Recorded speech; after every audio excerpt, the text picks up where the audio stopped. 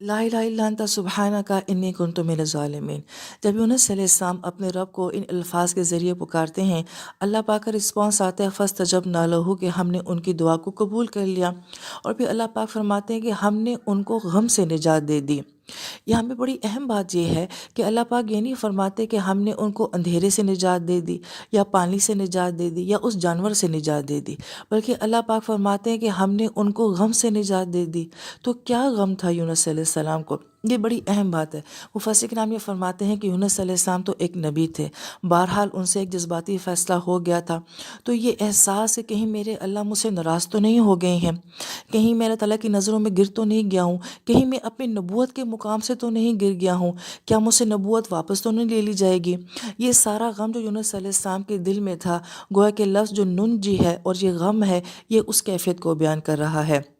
تو اللہ پاک یہ فرماتے ہیں کہ ہم نے یونس علیہ السلام کو جو ہے اس غم سے نجات دے دی کہ ایسا کچھ بھی نہیں ہے۔ وہ تو بہرحال ایک نبی تھے، اور ہم نے کہا کہ ان کی زندگی میں جو بھی ہوتا ہے وہ ہماری وجہ سے ہوتا ہے، لیکن ہم اپنی زندگی میں دیکھتے ہیں کہ بہت سارے ہم سے ایسے فیصلے، ایسے گناہ، ایسے کام ہو جاتے ہیں کہ ہم یہ کہتے ہیں کہ میں اللہ کی نظروں میں بھی گر گیا ہوں اور اپنی نظروں میں بھی گر گیا ہوں، اپنے خاندان کی نظروں میں بھی گر گیا ہوں۔ یہ جو پچھتاوا ہوتا ہے، یہ جو گلٹ ہوتا ہے، یہ بہت اچھا ہوتا ہے کہ یہ انسان کی زندگی میں ایک نیا دور لے کر آتا ہے، ایک نئی روشنی لے کر آتا ہے، مگر اگر یہ بہت زیادہ ڈومیننٹ ہو جائے تب بھی یہ بہت نقصان دہ ہوتا ہے کہ انسان پہ ساری زندگی ماضی میں ہی رہتا ہے، پچھتاوے میں ہی رہتا ہے، اس غلطی سے باہر ہی نہیں آتا ہے، اس مایوسی سے باہر ہی نہیں آتا ہے۔ لہٰذا اس دعا میں اس کیفیت کو بھی بیان کیا جا رہا ہے کہ ہم نے غم سے نجات دے دی، کہ جب اللہ تعالیٰ معافی دیتے ہیں نا تو وہ پچھلے والا سارا غم اللہ پاک ختم کر دیتے ہیں۔ لہٰذا اس کا مطلب کیا ہے کہ ہم نے ان کو غم سے نجات دے دی کہ آپ کے ہمارے پرانے تعلقات دوبارہ بحال ہو گئے ہیں، آپ نبوت کے مقام پہ ویسے ہی برقرار ہیں، وہی محبت، وہی تعلق، وہی چاہت جو ایک اللہ اور ایک نبی کی ہوتی ہے، آپ کی ہماری ویسے ہی ہے۔ اور جب ایک امتی اس کو مانگتا ہے تو گویا کہ اللہ تعالیٰ ہم سے بھی یہی بات کہتے ہیں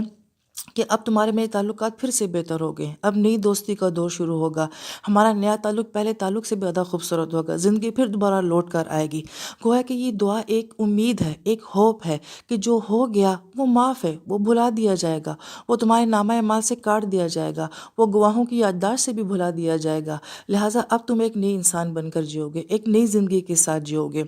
یہ لفظ جو ہے کہ ہم نے ان کو غم سے نجات دی، تو یہ جو خوبصورت دعا ہے جس کو ہم آیت کریمہ کہتے ہیں، یہ انسان کو دراصل میں غم سے نجات دیتا ہے۔ غم سے نجات، پچھتاوے کے اور گلٹ کے وہ جو احساس ہے اس سے نجات کے لیے یہ دعا جو ہے بہت خوبصورت دعا ہے۔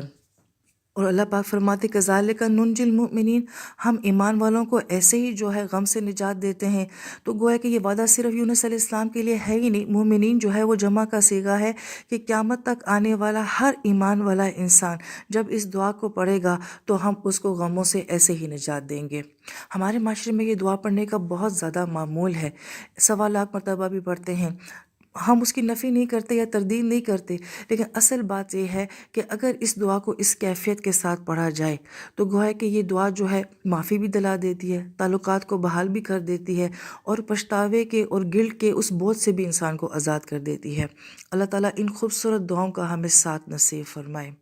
اور اللہ تعالیٰ صرف الفاظ سے نہیں بلکہ ہمیں احساس کے ساتھ ان دعاؤں کو پڑھنے کی توفیق نصیب فرمائے۔ آمین یا رب العالمین۔